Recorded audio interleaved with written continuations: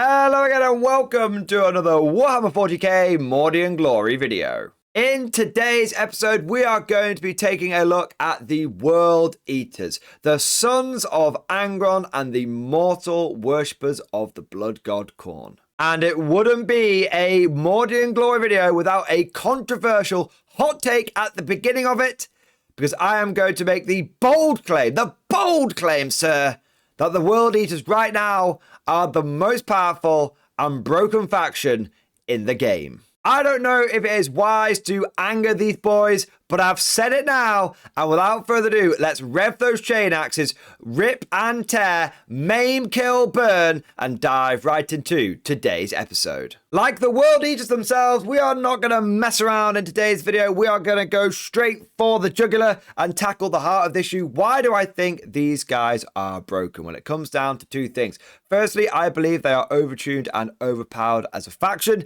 And secondly, I don't think they play the way they should do. I think that the World Eaters playstyle is massively at odds with their lore and fluff. Let's start off with why I think these guys are overtuned and overpowered. And you may be surprised to hear that I don't think it has much to do with their datasheets at all. Berserkers are basically very choppy intercessors, but they are Marines at the end of the day, and they die like shit at the end of the day. The Jackals are just quite angry cultists, and the A-Bound are pretty good, but they tend to be kind of expensive, and you don't find players fielding them in bigger squads than 3 or 4 in each one.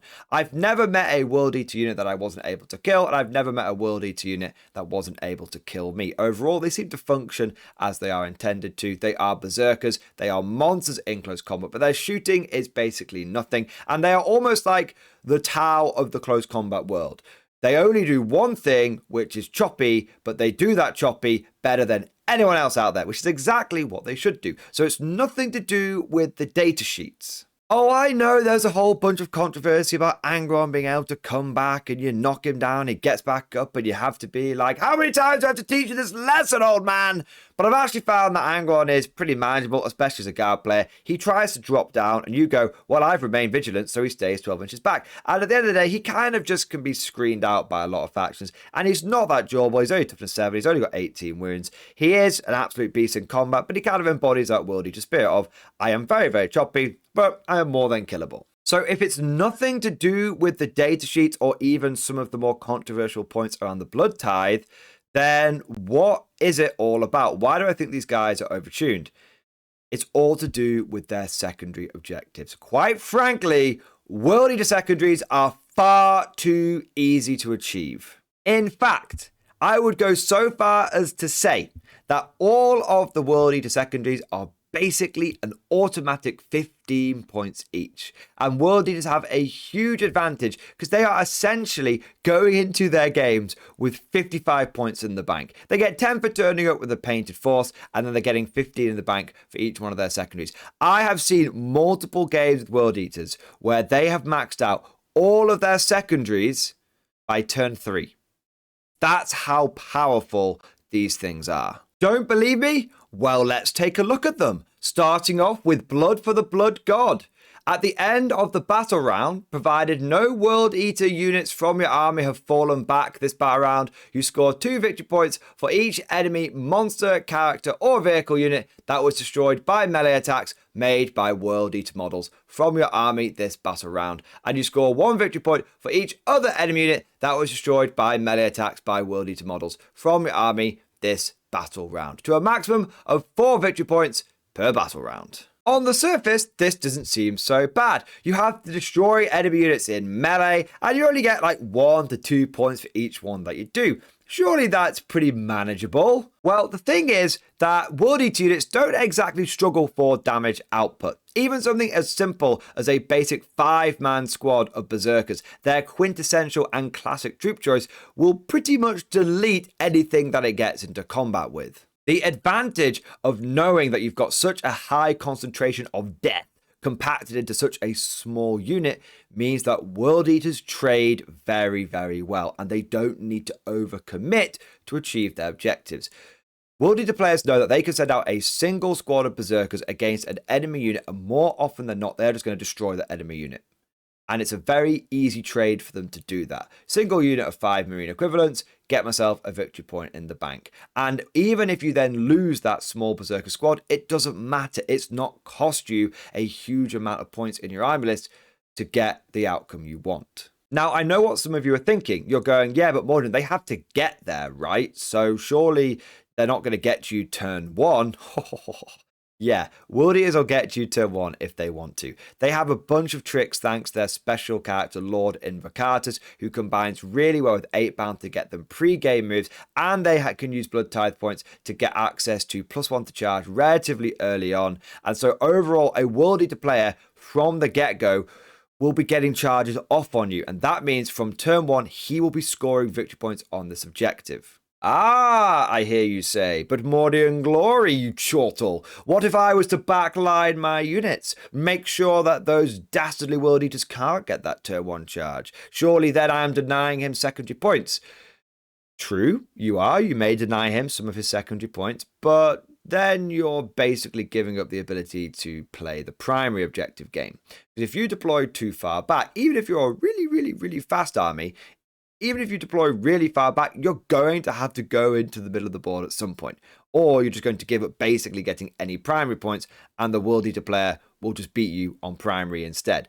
It's kind of like a catch-22. Either you play the game and you try and get into the middle of the board and you try and achieve primary objectives and maybe some of your own secondaries that rely upon you being on objectives, or you don't, and then you maybe give up too much of your own secondaries and a lot of your own primary just to try and deny the World Eaters one of their secondaries. It's a catch-22. But the crazy train doesn't stop there, because even if you deny them their turn 1 charge, this secondary is scored in the battle round, not in the World Eater player's turn. Which means if you try and countercharge him, and either the countercharge goes badly and he gets to swing back at you and kill one of your units, he's going to score points. But even if you manage to get it off just the way you want it, and you kill the World Eaters before they get a chance to strike, they have a stratagem called Blood Frenzy, which allows them to fight on death.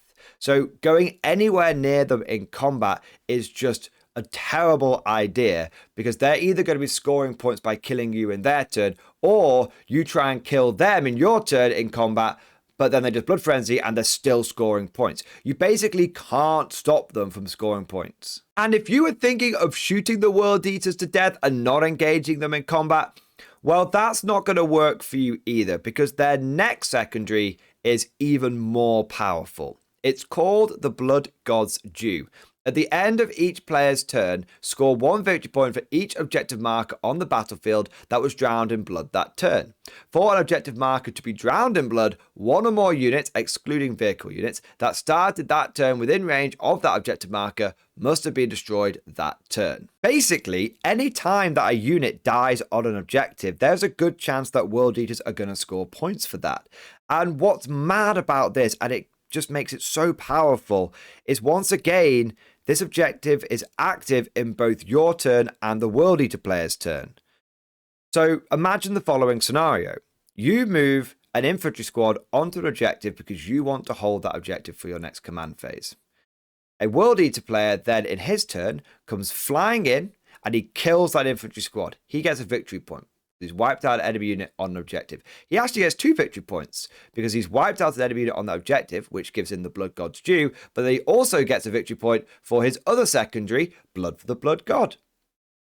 And then in response, you're like, well, I can't have that World Eater player just sitting on that primary objective. He's going to get more primary points than me next turn if I let him do that. It might even allow him to score the big 12, so I'll blow those Berserkers away. Well, guess what? By killing that unit of Berserkers in your turn, whilst on an objective, your opponent, your World Eater player, gets another victory point, which means that a single unit of Berserkers in one battle round has earned that World Eater player 3 victory points over the course of 2 secondary objectives. That is an unbelievably good trade. As a guard player, I happily sacrifice a basic infantry squad to get me a single victory point for boots on the ground. If I could sacrifice a single infantry squad and get 3 victory points, whilst at the same time taking one of my opponent's units out of the game, that would be unreal. And what's really frustrating about this secondary, like with the first one, is that it puts you in a really difficult position as an opposing player. It makes you not really able to play the game against the World Eaters, because the whole point of 40k is you're meant to try and take those primary objectives whilst achieving some of your secondaries, right? But if you don't go on to the primary points to try and deny the World Eaters their secondaries, all you're doing is denying yourself primary. But if you do go on to the primary points to try and get yourself some primary, all you're doing is feeding the World Eater secondaries. Whatever you do, they're scoring points. And whatever you do, you're basically handicapping yourself. It makes it almost like you don't want to interact with them or play with them. But wait, there's more. Because if you thought those first two secondaries were good, then the third one is going to blow your mind. It is called Pile the Skulls. And for each blood tithe point that you discard towards this secondary objective, you score 2 victory points to a maximum of 5. That means if you give up 3 blood tithe points, if you go, I'm going to spend these 3 blood tithe points to pile the skulls up, you score 5 victory points on your secondary objective. Do you want to know how you score blood tithe points? Each time a unit dies, not even an enemy unit, just each time a unit dies, you get a blood tithe point. So once again, there's just no way you can stop that mechanic from going off. There's no way that the World Eater player doesn't just max that secondary out by turn 3, probably turn 4 at the latest. If your World Eater player just runs out there and exposes a few units and you shoot them, then he scores 2 or 3 blood tithe points and he scores 4 or 5 victory points. And if you don't kill them, if you go, oh, I'm not going to play with you, I'm not going to interact, I'm not going to play that game, then the World Eater units come flying in, they tear you to pieces, they earn blood tithe points, and they manage to score Pile the Skulls anyway. It is the most straightforward and simple secondary objective I have seen in all of Warhammer 40k, and it just is an auto 15, even more so than Inflexible Command for the Guard.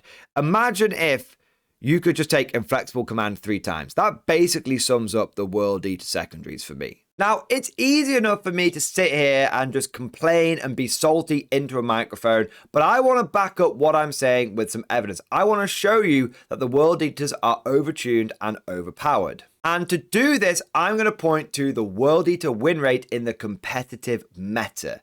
Now, for those of you that don't know, most tournaments these days record their results in an app called Best Coast Pairings, or BCP for short. And the great thing about this app is you can use it to track the win rate of certain factions over the course of weeks and months. And the week that World Eaters dropped and their codex was allowed to be used at tournaments, they came storming out of the gate with a 50% win rate. That is almost 10% higher than the Guard win rate when their codex dropped and was allowed to be used on the competitive scene. Now, this wasn't just a case of a new faction with a new codex dropping into the meta, making a splash, but things have settled down now. No. The World Eater win rate has continued to climb, and they are now on a 60% win rate, which is generally considered the threshold for when a faction starts becoming overpowered or considered to be a bit broken. And what's kind of crazy is this isn't even their true win rate, because you have to take into account the mirror match. The mirror match is when 2 World Eater players play off against each other and one player wins and one player loses. That means that the World Eater win rate is pushed closer towards 50%. Now, they're a very popular faction, which means they are more likely to have this mirror match situation, and their win rate is more likely to be artificially suppressed by it. I was speaking to the guy that does the Meta Monday post on the competitive Warhammer 40k subreddit. Really good information there. If you haven't seen it, go and check out JCMS Meta Mondays. He's got a Patreon, sign up to it. He is the one that does all these win rates. He's a top fucking lad. And he said to me that when you take into account the mirror match, it tends to mean that a popular faction has their win rate artificially suppressed by about 5%. So when we're seeing a World Eater win rate of 60%, when you remove the mirror match, roughly that translates into the fact they actually have a 65% win rate. To put that into context, That is the same win rate that goddamn Harlequins had when they were considered to be the most broken thing in the entire game. Now, that covers why I think World Eaters are overpowered or overtuned, but it's not the only reason why I think the faction is broken. In my personal opinion, I think that the World Eater playstyle is completely wrong at the moment. Now, I know that's a pretty controversial thing to say, and I know that there are going to be some World Eater players watching this video who think, Morning Glory, you're a knobhead. How dare you say that about our faction? Well, let me explain myself. When you're playing against World Eaters, it should feel like a Orc Goth pressure list on steroids. They should be the most all gas, no brakes, balls to the walls faction that you ever play against in 40k. It should be the most pressure that any player should be under. Turns 1 to 3 should just be fucking insane. It should just be mind-blowing carnage. I don't know, maybe it's me, but I feel like when you play against World Eaters, it should be the definition of the Maelstrom of War. A angry tornado of chain axes, blood, and skulls that is going to tear your army apart within 3 turns. But if somehow you manage to outmaneuver them, if somehow you manage to screen them out a little bit, if somehow you just manage to hold that line for the first 3 turns, you should be able to pull the game back turns 4 and turns 5. But instead, we don't have that. Instead, World Eater players, to win games competitively, are encouraged to play it cagey. They are encouraged to send their units out a few at a time, to trickle them in to the fight. And the rest of the time, I dare say it, they hide. They hide behind landside blocking terrain. And they don't come out and fight. And they don't want to come out and fight. And the reason that they do this is because they are actively encouraged to do so by their secondary objectives. There's no point in executing a huge mass berserker charge in turns 1 and turns 2 because Blood for the Blood God caps out at 4 points a battle round. So instead, you feed a few units in. You go, you know what, I'm going to go in there, I'm going to kill a couple of your units, that gets me a couple of points, and then I'm going to fight on death with one of my units when you countercharge me, and that gets me to the point, and oh look, I'll do that for a few turns, and I'll get more than 10 points. Brilliant, I'll probably max it out by the end of the game. Fantastic. Blood for the Blood God is not encouraged to wipe your opponent out in a flurry of berserker fury. Instead, you're meant to only score a few points over the course of the game. Because if you wipe out 8 units in turn 1 or turn 2, you don't score any extra points for that. So why would you do it? And it's the same thing with their other secondary as well, the Blood God's Due. You're not encouraged to go out there and just slap as many units on objectives as possible. Hell, doing that is actually wrong. It will actively cause you to lose points in the long run. You want to go out there, kill one enemy unit on an objective, and then you want your unit to die. And I know that Khorne doesn't care from whence the blood flows as long as it flows, but being actively encouraged to lose your own dudes and not actually attack the enemy dudes just feels totally at odds with how the World Eater should play. No World Eater player should ever be encouraged to hide their units like little bitches behind terrain and in transports or anything like that. World Eater should be all about doing as much damage as possible, as quickly as possible, every single turn. I mean, for God's sake, their quintessential poster child unit is the Khorne Berserker. It is meant to be berserk. It is meant to be running at the opponent, heedless of the danger, just trying to claim as many skulls for the Skull Throne as possible. I know that some people consider Khorne to be this martial god of skill and prowess. He's not, okay? That is what Slaanesh is all about. Slaanesh is all about perfection and being the best you can possibly be. Khorne doesn't give a crap about that. Khorne is all about just as much violence and bloodshed as possible. All right. If you want skilled bladesmanship, go and look at Lucius the Eternal, the ultimate duelist of all time. If you want unbelievable levels of bloodshed, you look at Khan the Betrayer, the guy that was so angry, he basically wiped out half his own legion post-heresy. He just went completely berserk and he split the World Eaters Legion into war bands, and they have not recovered from that massacre, that betrayal that he did just because he wanted to kill as much as possible. Now, all you World Eater players who are getting very angry at me listening to this video, don't worry, because I'm a man that comes with solutions. I don't just complain about problems. I actually have ideas for how to fix them. And it's going to sound kind of crazy, but my idea for how you make the World Eaters play like they are meant to, and to really encourage the vibe of the army, and to encourage players to embody the spirit of Khorne, is you actually make the secondaries easier to score. Wait, what? Easier to score? Morty, what are you on about? You already said they were too easy to score. Hear me out. Okay, hear me out. First off, let's look at Blood for the Blood God. You get a point for each enemy unit that you kill, up to a maximum of 4. I say you get rid of that cap. It's just 1 point for every unit you kill, and the more units that you kill, the better you do. If you somehow kill 15 enemy units turn 1 and you max that out, you go, girl. You've absolutely smashed it. Well done. So that's the first thing I would do. I would also change the Blood God's due to you get 1 point for each enemy unit you slay on an objective. And so that can stack up. So if you kill 2 or 3 units on an objective, you can earn 2 or 3 points. But you only get 1 point if 1 or more of your friendly units were killed on objectives. So you don't get overly rewarded for just feeding in one little squad here and there. You are strongly rewarded for going and killing more enemies. And you get a little bit of a reward if some of your own guys die, but it shouldn't be like the main focus of the objective, okay? And I would tweak Pile the Skulls to the point where you only get 1 victory point for each blood tithe you feed into the secondary. But again, there's no cap. If you somehow manage to feed like 10 blood tithe points into that bad boy, go for it. That's absolutely fine. But here's the kicker. I would say that you can only score these secondaries in the first 3 turns of the game. Oh, shit. I told you it was going to be crazy. I told you it was going to be out of the box thinking.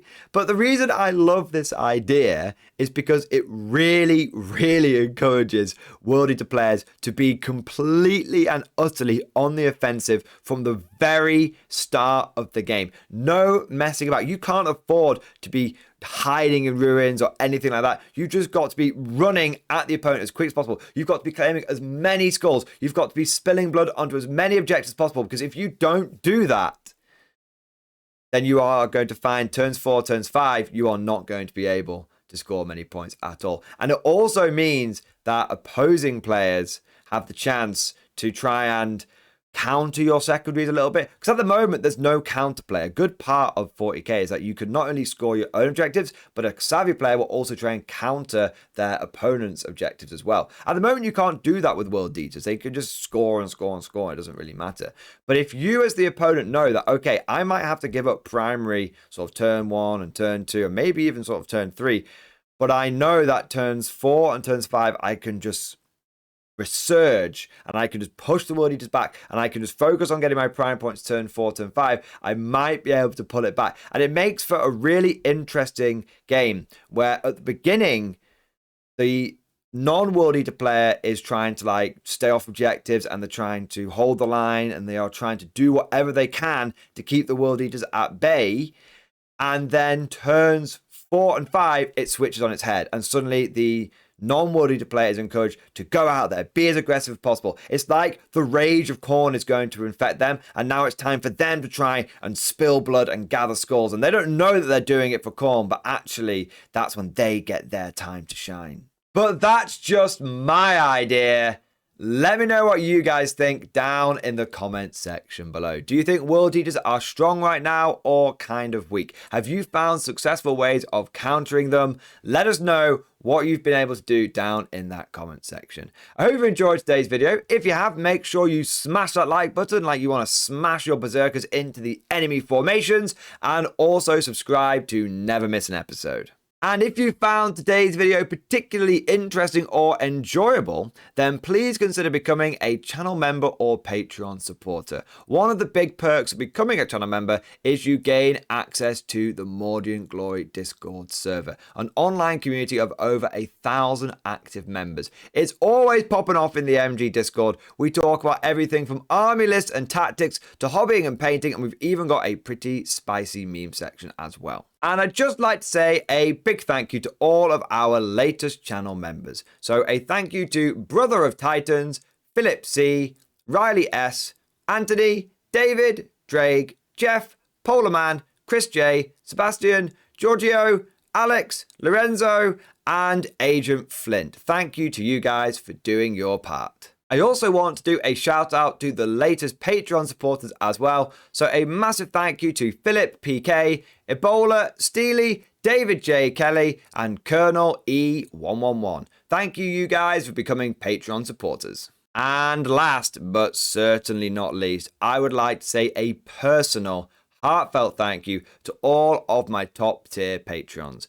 These are the War Masters, the people who have truly gone above and beyond the call of duty. So a massive thank you to Alan Blunt III, Bon Vert, Mark Panconi, Ridemaster 134-1, Ross Miller, Swordfish Trombone, John Stubbs, Diesel Fox, and August Barney. Thank you guys. Your very generous support is a big part of what allows the Mordy and Glory channel to go from strength to strength. So a massive thank you to each and every single one of you. I hope you enjoyed today's video. Thank you for watching. And of course, as always, I'll see you guys next time.